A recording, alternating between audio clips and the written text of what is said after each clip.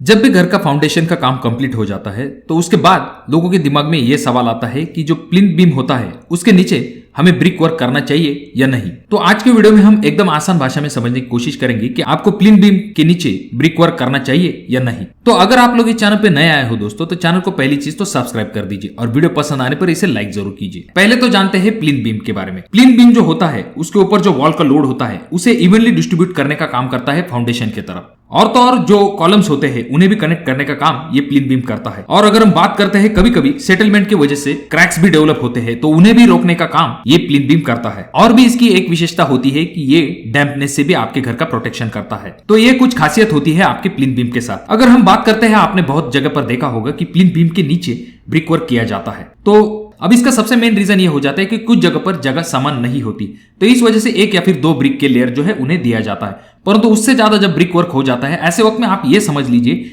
Brick work जो होता है उसके नीचे किसी भी प्रकार का बेस नहीं होता। मिट्टी के अलावा उसके नीचे कोई ठोस बेस नहीं होता, तो आगे चल के उसे क्रैक्स आ सकते हैं और जो आपका अंदरूनी मटेरियल है वो भी बाहर की तरफ आ सकता है। इसके बजाय जैसा कि आप अगले वीडियो में देख रहे हो, यहाँ पर क्या किया गया है, जो आउटर के जो बीम है उन्हें जमीन लेवल पे लिया गया है और उसके ऊपर जो है ब्रिक वर्क किया गया है। यानी कि ब्रिक वर्क के लिए प्लिंथ बीम जैसा अच्छा खासा बेस है, जिस वजह से इसके ऊपर क्रैक नहीं आएंगे और अंदरूनी मटेरियल जो है उसका बाहर आने का सवाल पैदा नहीं होता। इस वजह से आगे चल के आपकी फर्श जो है वो धंसने के चांसेस भी कम हो जाते हैं।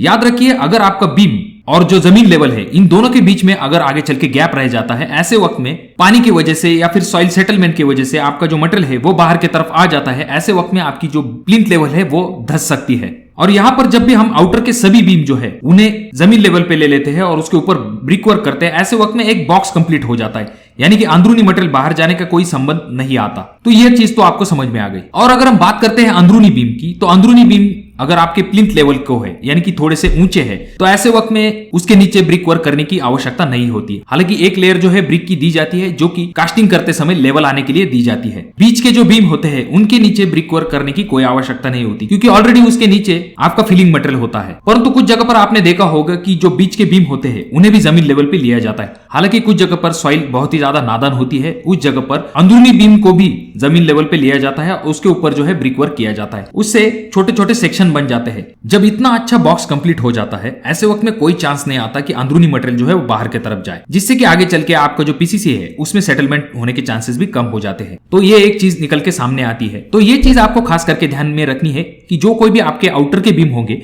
उन्हें आपको जमीन लेवल पे ले लेना है। उसके बाद उसके ऊपर आपको दीवार बना लेनी है और उसके ऊपर आपको ध्यान में रखना है कि जो आपकी पीसीसी होगी वो आपकी दीवार के ऊपर आनी चाहिए। यानी कि अगर आगे चल के बीम के ऊपर भी आपकी जमीन लेवल आती है, ऐसे वक्त में डैम्पनेस जो है आपकी ऊपरी दीवार की तरफ ना घुस सके। ये चीज जरूर जान लीजिए। अगर आपका बीम ऊपर के लेवल में है और उसके नीचे ब्रिक वर्क है, अगर उसे कोई सपोर्ट ही नहीं है, ऐसे वक्त में आगे चल के उसे क्रैक्स आ सकते हैं। और हाँ, यहाँ पर और एक इंपॉर्टेंट पॉइंट ये आ जाता है कि जो आपकी प्लिंथ लेवल होती है, यानी कि जो आपकी पीसीसी लेवल होती है, जैसा कि आप अगले वीडियो में देख रहे हो, ये रोड लेवल से कम 3 फीट ऊंची होनी चाहिए, जिससे कि बरसात का पानी डायरेक्टली आपके घर के अंदर न घुस सके।